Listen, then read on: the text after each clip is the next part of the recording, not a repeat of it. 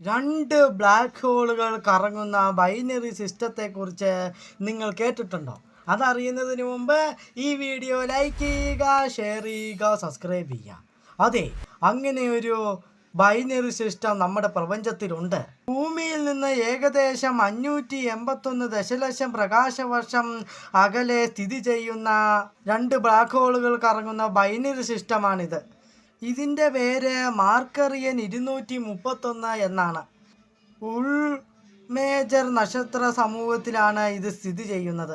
ശക്തമായ അൾട്രാവയലറ്റ് വികിരണമുള്ള ഗാലക്സികൾക്കായുള്ള തിരയലിൻ്റെ ഭാഗമായി 1969 കണ്ടെത്തിയ ഒരു ടൈപ്പ് 1 സെയ്ഫെർട്ട് ഗാലക്സിയാണിത്.